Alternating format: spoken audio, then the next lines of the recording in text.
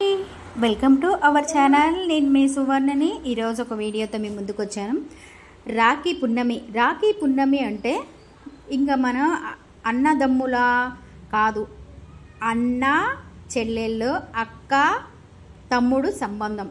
ఈ రక్షాబంధన్కి అసలు ఒక్కళ్ళ ఊరు ఎంత దూరం ఉన్నా ఒక ఊరి నుంచి ఒక ఊరికి ఖచ్చితంగా వెళ్ళి దారం తన చేతితో తీసుకొని కట్టి స్వీట్ తినిపిస్తుంది. కానీ ఈ ఊరికి వెళ్ళడానికి జనాలు చూడండి, ఈ రక్షాబంధం పేరిట అందరి ఇంట్లో ఉన్న వాళ్ళందరూ వాళ్ళ సొంత ఊరి నుంచి వాళ్ళ అన్నలు, బ్రదరు, అమ్మ, నాన్నల దగ్గరికి వెళ్ళి కట్టడానికి ఎంతమంది జనాలు వచ్చారు. ఇది ఉప్పల్లో మేము దగ్గరగా 40 నిమిషాలు నిలబడ్డాం.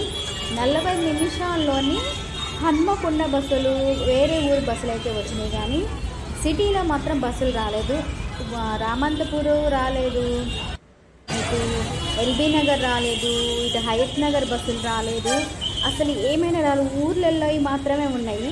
ఆటోలు కూడా బుక్ చేసుకున్నా కూడా ఆటోలు కూడా సరిపోవట్లేదు. అంటే అంతమంది జనాలు ఉన్నారన్నమాట. ఈరోజు రాఖీ పున్నమి సందర్భంగా ఇంతమంది జనాలు వచ్చారు.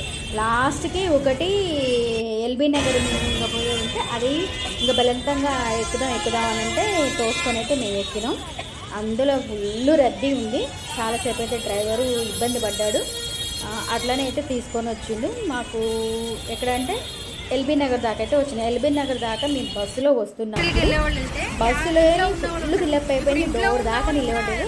కండక్టర్ డ్రైవర్ ముచ్చుకుంటున్నారు డోర్లో ఉండొద్దని. ఎవ్వరు ఆపినా కూడా ఆపట్లేదు, ఎందుకంటే ఫుల్ అయిపోయింది. అట్లనే ఎంతమంది జనాలని కూడా ఆపినా కూడా ఆగట్లేదు. చివరాగరికి మేమైతే ఎల్బీ నగర్ వరకు చేరుకున్నాం. డ్రైవర్ మమ్మల్ని కూడా తీయండి అంటే నేను డ్రైవర్ని కూడా తీసిన. ఇంకా ఎల్బీ నగర్లో రాగానే ఇంకా హయత్ నగర్ బస్సు కోసం వెయిట్ చేసిన. హయత్ నగర్ బస్సులో కూడా అంతే సేమ్ తోపుడు.